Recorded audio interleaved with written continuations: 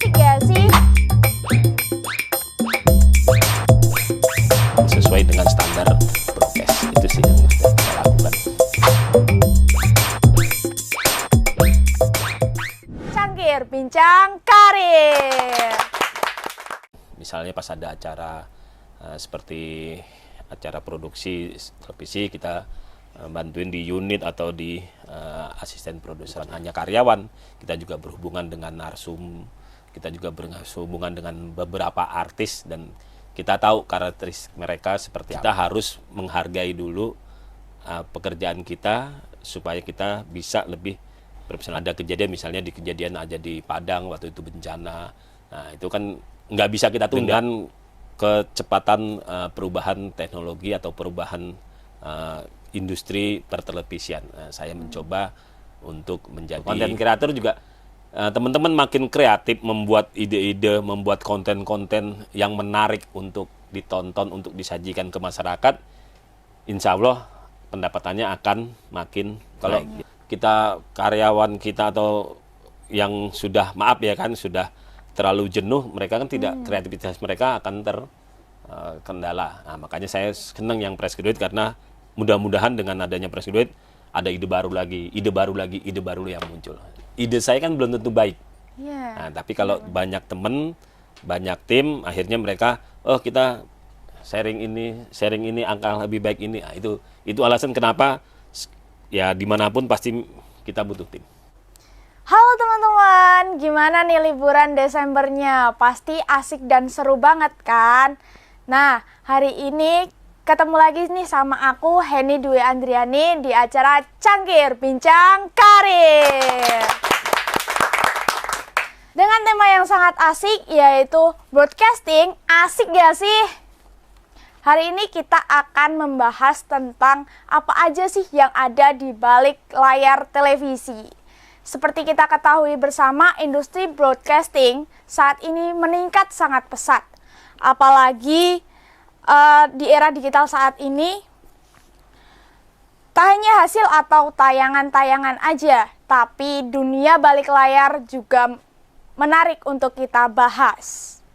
Oke, langsung saja kita panggil narasumber kita kali ini. Silakan Pak Damar Sujatmiko. Selamat pagi. Selamat pagi, silakan duduk Bapak. Baik, bagaimana kabarnya Bapak? Alhamdulillah sehat-sehat. Oke, sebelum kita berbincang lebih lama nih, nah dari info saya menerima bahwa Bapak Damar Sujatmiko pernah berkecimpung di dunia televisi. Apakah benar Bapak? Benar. Nah, selama berapa tahun sih berkecimpung di dunia televisi itu? Saya hampir sekitar 19 tahun di dunia televisi.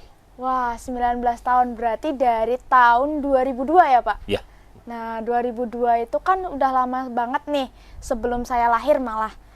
Nah, di situ Bapak ngapain aja sih selama 19 tahun, di departemen apa aja atau di bidang apa aja? Saya 19 tahun ada di departemen HRD, di News and Sport, produksi dan building management.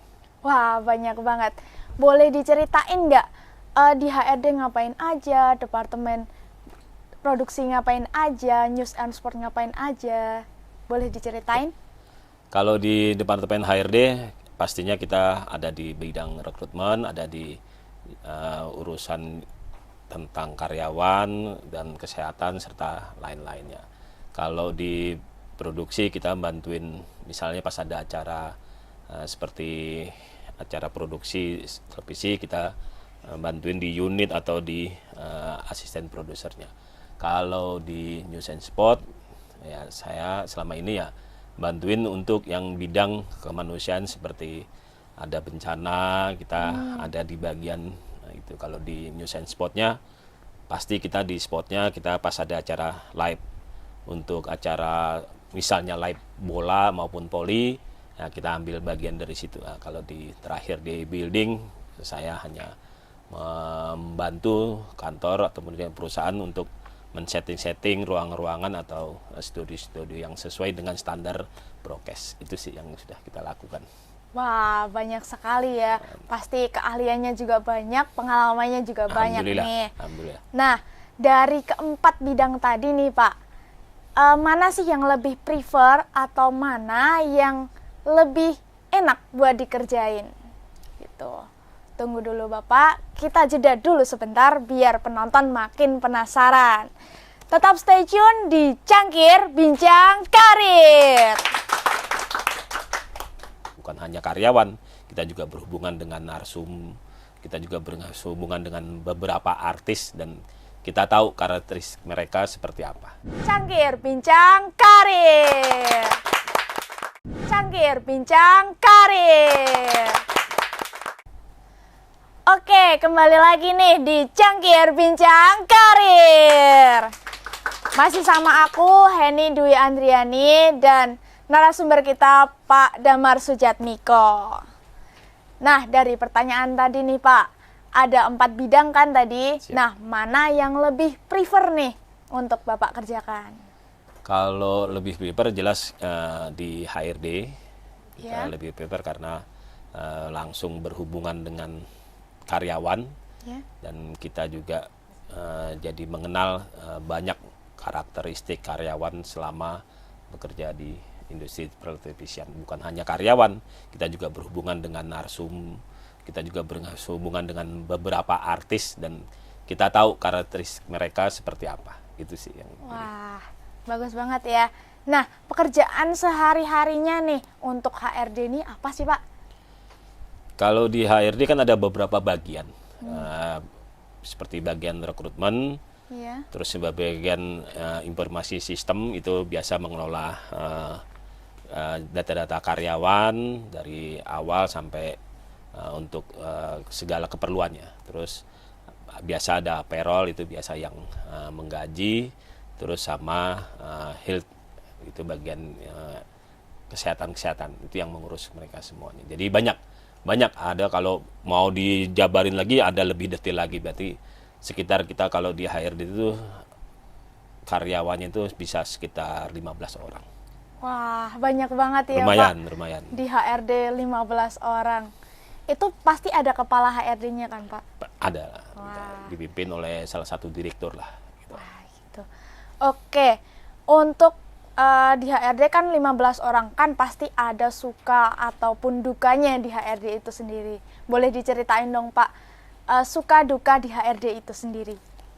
Kalau sukanya, kita bicara sukanya sih pasti banyak ya. Kita bicara yang dukanya dulu. Kalau dukanya, ya teman-teman seperti juga teman-teman yang ada di sini juga pasti merasakan bagaimana bekerja di sebuah industri pertelevisian. Ya kan, kita pasti waktu itu yang paling harus teman-teman pahami. Waktu kita harus benar-benar standby.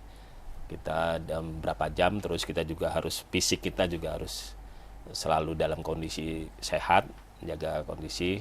Itu yang waktu kita banyak dihabiskan di kantor.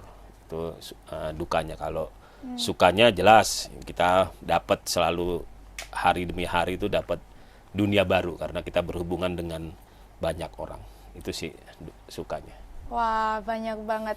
Pasti selama 19 tahun juga banyak sekali pengalaman ya Pak. Nah, untuk bekerja di HRD kan tadi ada 15 orang ya Pak. Nah, itu dari lulusan SMA, SMK, ataupun S1 Pak? Kalau di perusahaan kita sebetulnya meminimalisasi tadinya D3. Oh, D3. Tapi karena perkembangan zaman akhirnya kita harus naikin grade-nya karena tuntutan, ya kita S1 sih. S1. Wah, untuk S1 ini ada jurusan yang khusus gak sih Pak buat jadi HRD, atau untuk jurusan yang mungkin teman-teman di rumah juga pengen tahu nih jurusan dia bisa masuk kriteria HRD nggak sih gitu? Kalau untuk di HRD jelas secara teori pasti dari manajemen, dari hukum, dari psikolog, itu sih rata-rata dari situ. Kalau secara teori, tapi banyaklah dari teman-teman kita juga ada yang lulusan teknik, ada yang lulusan ekonomi itu tetap bisa masuk. Oke, banyak banget ya Pak. Nah, teman-teman di rumah, itu jurusan-jurusan yang bisa masuk ke lingkup HRD. Boleh nih kalau teman-teman misal ada di lingkup itu, bisa dong daftar jadi HRD gitu. Oke, jadi HRD itu kan harus menuntut profesionalitas dan citra profesional dalam diri Pak Damar sendiri. Nah, gimana nih caranya menunjukkan citra profesional di dalam dunia kerja? Kalau profesional jelas semua bidang kita harus bekerja secara profesional. Apapun bidangnya.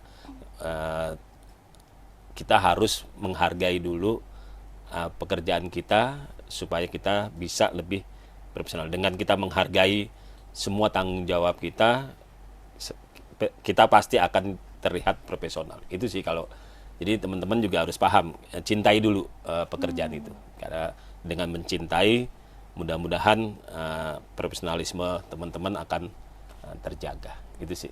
Oke, berarti mencintai pekerjaan Ya, dulu, pasti. baru ada di diri kita, baru bisa profesional, Ya. gitu ya Pak. Oke, nah tadi di pertanyaan kedua kan ada nih dukanya dalam dunia HRD ini seperti manajemen waktu. Nah, cara Bapak Damar Sujatmiko ini untuk mengelola atau memanajemen waktunya gimana nih Pak? Teman-teman di rumah pasti pengen tahu. Kebenaran kalau di HRD itu kan kita office hour. Beda dengan teman-teman di produksi maupun teman-teman di news and spot. Iya. Kalau di HRD itu kita tetap office hour, tapi kita harus juga standby di waktu-waktu libur kita seperti Sabtu Minggu. Nah, kita harus bisa-bisa ya berkomitmen dengan keluarga bahwa papahnya bekerja di industri pertelevisian yang butuh waktu spesial dibandingin dengan pekerja di industri yang lainnya. Jadi kita harus komitmen dengan keluarga dan semoga istri dan anak-anak bisa paham setelah kita jelaskan bahwa bekerja di industri pertelevisian itu butuh waktu. Dan mereka alhamdulillah selama 19 tahun ini sangat-sangat menikmatinya. Itu aja sih. Wah, kan waktunya diforsir untuk di televisi nih Pak. Pernah ada nggak sih Pak omelan atau rengekan dari keluarga karena waktu Bapak tersita untuk kerjaan? Untuk rengekan pasti ada lah, karena seperti yang terjadi misalnya musibah di suatu daerah dan itu dituntut padahal kita sudah berjanji kepada atau kita sudah punya jadwal dengan anak-anak untuk piknik atau untuk jalan-jalan, akhirnya itu kan kita dengan ya mohon kepada anak-anak kita bahwa nih ada kejadian misalnya di kejadian aja di Padang waktu itu bencana, nah itu kan nggak bisa kita tunda. Iya. Bapaknya harus mempersiapkan dan teman-teman atau mempersiapkan karyawan untuk segera berangkat ke tempat bencana dan pada saat itu kita 2 hari sebelum 2 hari besoknya harusnya mau piknik ya, kita harus sampaikan ke anak-anak kita bahwa ini loh karena bencana makanya bapaknya harus prepare mempersiapkan teman-teman yang ada di kantor untuk segera berangkat ke lokasi bencana. Itu sih yang bisa kita sampaikan itu. Memang ya waktu kita untuk bersama keluarga jelas akan sangat-sangat jauh berkurang. Itu aja sih. Oke Pak, nah tadi kan Pak Damar Sujatmiko itu sudah berhenti ya dari dunia televisi. Nah setelah berhenti dari perusahaan sebelumnya nih Pak, itu Pak Damar ini berkegiatan apa gitu? Setelah saya berhenti dari perusahaan sebelumnya, saya mulai mencoba karena ya selama 19 tahun ilmu yang saya dapat sangat-sangat bermanfaat dengan kecepatan perubahan teknologi atau perubahan industri pertelevisian. Saya mencoba untuk menjadi konten kreator. Ya, menjadi konten kreator. Nah, Setelah jawaban-jawaban tadi nih Pak, kita masuk ke sesi kedua ya Pak. Ini sesi games. Siap. Dan saya harap Bapak bisa menjawab dengan cepat nih. Yang penting jangan susah-susah ya. Iya, siap dong. Pasti nggak susah nih. Oke, untuk pertanyaan pertama nih. Lebih milih jadi konten kreator atau karyawan perusahaan? Konten kreator. Oke, yang kedua. Lebih milih pendapatan tetap atau tidak tetap? Jelas tidak tetap. Oke, jadi konten kreator tidak tetap ya Pak. Yang ketiga nih, sebagai HRD, milih fresh graduate atau yang sudah berpengalaman? Fresh graduate. Fresh graduate. Yang keempat, lebih milih kerja dengan tim atau kerja individu? Dengan tim. Wih, banyak banget. Oke, terima kasih untuk jawabannya. Tetap stay tune dan terus ikuti di Cangkir Bincang Karir. Kendala. Nah, makanya saya senang yang fresh graduate karena mudah-mudahan dengan adanya fresh graduate ada ide baru lagi yang muncul. Cangkir Bincang Karir.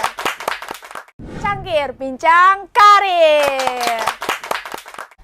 Oke, kembali lagi nih sama aku Heni Dwi Andriani dan Pak Damar Sujatmiko. Masih tetap di Cangkir Bincang Karir. Oke, nah tadi Bapak kan memilih menjadi konten kreator. Apa nih alasan lebih memilih menjadi konten kreator? Karena setelah mendapat pengalaman hampir 19 tahun, konten kreator ini yang cocok dengan ilmu yang sudah saya dapatkan dari saya cuman hanya mengeluarkan kemampuan-kemampuan yang sudah diterima dari industri sebelumnya. Oke, itu dari konten kreatornya. Nah, dari konten kreator itu kan pendapatannya tidak tetap ya Pak. Nah, kenapa sih malah memilih pendapatan yang tidak tetap daripada pendapatan yang tetap? Karena kalau pendapatan tetap, pasti kita bekerja, mau kita bikin produksi 10, pendapatannya tetap segitu. Oh, Tapi iya. seperti warung aja, kita makin rajin berjualan, pasti Iya. hasilnya makin Banyak. jadi itu konten kreator juga teman-teman makin kreatif membuat ide-ide, membuat konten-konten yang menarik untuk ditonton, untuk disajikan ke masyarakat. Insya Allah pendapatannya akan makin naik. Jadi itu, jadi di situ bisa kelihatan bahwa wah hasil yang kita hasilkan itu ternyata disenengin oleh masyarakat, akan berimbas kepada pendapatan. Jadi itu alasan kenapa saya milih pendapatan yang tidak tetap. Jadi saya bisa ngukur kalau tim saya bekerja dengan tidak baik, hasilnya tidak baik, nah, teman-teman juga pasti paham. Nah, kali ini pendapatan kalian akan berkurang. Jadi itu, jadi produktivitas kita nilai dengan kreativitas kita. Oke, jadi semakin rajin pendapatannya Pasti. juga semakin meningkat ya Pak. Oke, tadi memilih fresh graduate. Nah, kenapa memilih fresh graduate nih Pak? Setelah 19 tahun di dunia pertelevisian, itu pasti saya bisa, menurut saya ada nilai seni. Iya. Seni itu kalau kita, apalagi sekarang, di dunia sekarang, banyak konten-konten yang sangat kreatif. Kalau kita karyawan kita atau yang sudah, maaf ya kan, sudah terlalu jenuh, mereka kan tidak, kreativitas mereka akan terkendala. Nah, makanya saya senang yang fresh graduate karena mudah-mudahan dengan adanya fresh graduate ada ide baru lagi yang muncul. Seperti itu sih. Jadi Alasannya. jiwa muda lebih berseni, lebih kreatif lagi. Pasti menurut saya sih. Oke, tadi kan lebih memilih tim daripada individu. Padahal kalau individu kan bisa lebih suka-suka nih kita bikin apa atau bikin konten apa. Nah, kenapa sih lebih memilih tim? Jelas di dunia konten kreator maupun di dunia broadcast maupun dunia seni itu pasti kita butuh tim. Makin banyak tim, pasti ide-idenya makin banyak. Iya. Kalau saya individu, saya seperti diktator. Iya. Ya kan, pokoknya yang ide saya kalian harus jalanin. Ide saya kan belum tentu baik. Iya. Nah, tapi kalau banyak temen, banyak tim, akhirnya mereka, oh kita sharing ini angka lebih baik ini. Nah, itu alasan kenapa ya dimanapun pasti kita butuh tim. Oke, jadi lebih banyak orang, lebih kreatif lagi. Insya Allah pasti.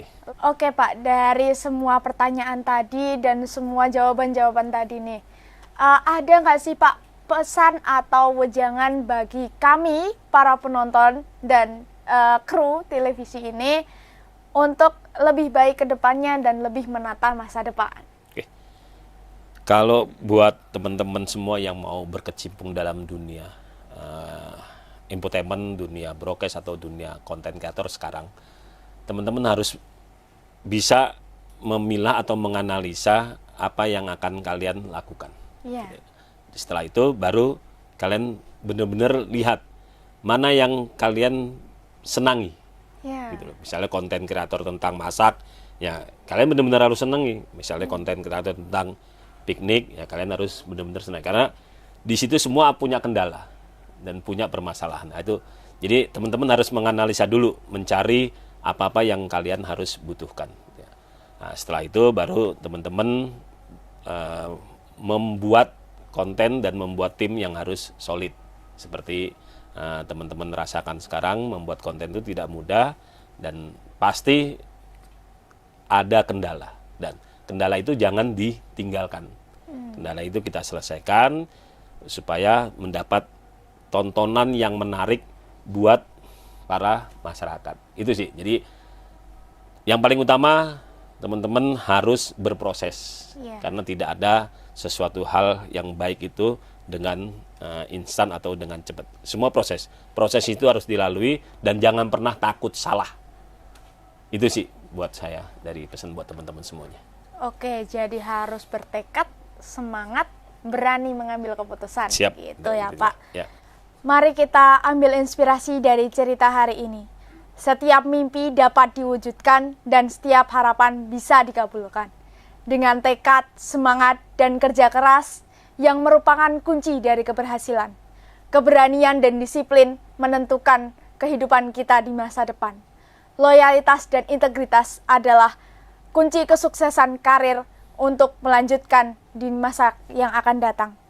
Apa yang kita lakukan hari ini adalah penentu bagi masa depan kita. Saya Heni Dwi Andriani selaku host dari Cangkir dan kru Cangkir meminta maaf atas kesalahan kata dan perbuatan kami yang kurang mengenakan. Kami undur diri. Terima kasih dan bye. Terima kasih Pak.